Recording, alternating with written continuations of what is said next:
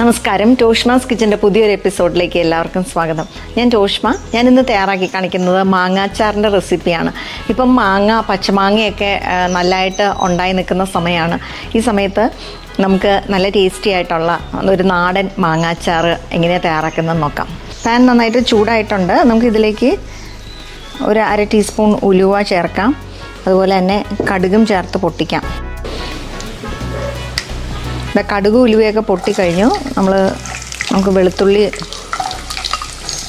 ചേർത്ത് മൂപ്പിക്കാം. കുറച്ച് പച്ചമുളകും ചേർക്കാം. കറിവേപ്പില ചേർക്കാം. ഈ അച്ചാർ തയ്യാറാക്കുമ്പോൾ നമ്മൾ ഈ വെളുത്തുള്ളിയും അതുപോലെ തന്നെ കറിവേപ്പിലയും പച്ചമുളകും ഒക്കെ നല്ലതായിട്ട് മൂപ്പിക്കണം. എന്നാന്ന് വെച്ചാൽ ഇതിൻ്റെ ഉള്ളിലെ വെള്ളമയം മാറിയതിന് ശേഷം വേണം നമ്മൾ ഉപയോഗിക്കാനായിട്ട്. അല്ലെങ്കിൽ വെള്ളമയം ഉണ്ടെങ്കിൽ നിങ്ങൾക്കറിയാമല്ലോ, പെട്ടെന്ന് അച്ചാർ കേടാവാൻ സാധ്യതയുണ്ട്. നല്ലതായിട്ട് മൂത്തിട്ടുണ്ട്. ഇത് കുറച്ച് മഞ്ഞൾപ്പൊടി ചേർത്ത് കൊടുക്കാം. 1 ടീസ്പൂൺ മഞ്ഞൾപ്പൊടി ഉണ്ട് ഏകദേശം. ഒരു 2 ടേബിൾ സ്പൂൺ മുളക് പൊടിയും ചേർത്ത് കൊടുക്കാം. ഇനി നമുക്ക് കുറച്ച് കായപ്പൊടി ചേർത്ത് കൊടുക്കണം.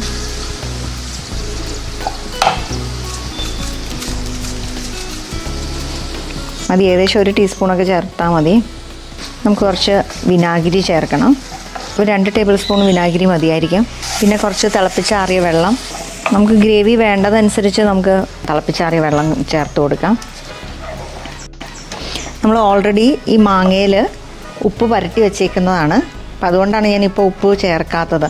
നമ്മൾ ഇത് ആഡ് ചെയ്തിട്ട് നമുക്ക് മാങ്ങയും ചേർത്ത് കൊടുക്കാം.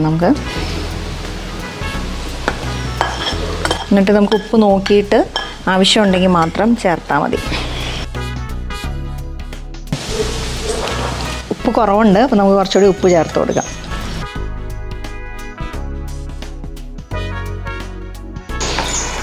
നമുക്കൊരു ഏകദേശം 1/2 ടീസ്പൂൺ പഞ്ചസാരയും കൂടി ചേർത്ത് കൊടുക്കാം. മധുരമൊന്നും വരണ്ട, പക്ഷെ നമുക്ക് ആ ഉപ്പും പുളിയൊക്കെ കൂടി ഒന്ന് ബാലൻസ് ചെയ്യാൻ വേണ്ടിയിട്ടാണ്. ഇതായിട്ടുണ്ട്. ഇനി ചൂടാറി കഴിയുമ്പോൾ കുറച്ചും കൂടി ഒന്ന് തിക്കായിക്കോളും ഇതിൻ്റെ ഗ്രേവി.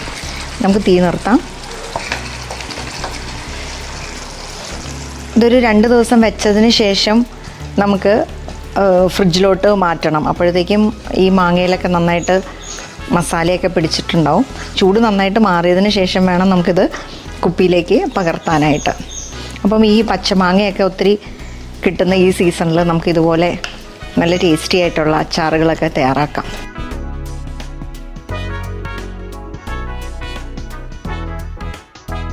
നമ്മളിന്ന് തയ്യാറാക്കിയത് മാങ്ങാച്ചാറാണ്. ഇത് നാടൻ രീതിയിൽ ഉള്ള മാങ്ങാച്ചാറ് തന്നെയാണ്. നല്ലൊരു റെസിപ്പിയാണ്. തീർച്ചയായിട്ടും നിങ്ങൾ ട്രൈ ചെയ്ത് നോക്കണം. ഇപ്പം പച്ചമാങ്ങയൊക്കെ ഒത്തിരി കിട്ടാനുണ്ടല്ലോ. ഈ സമയത്തൊക്കെ നമുക്ക് കുറച്ച് അച്ചാറൊക്കെ ഇട്ട് വെക്കാവുന്നതാണ്. തീർച്ചയായിട്ടും ട്രൈ ചെയ്ത് നോക്കണം. മറ്റൊരു നല്ല റെസിപ്പിയുമായി അടുത്ത എപ്പിസോഡിൽ നമുക്ക് വീണ്ടും കാണാം.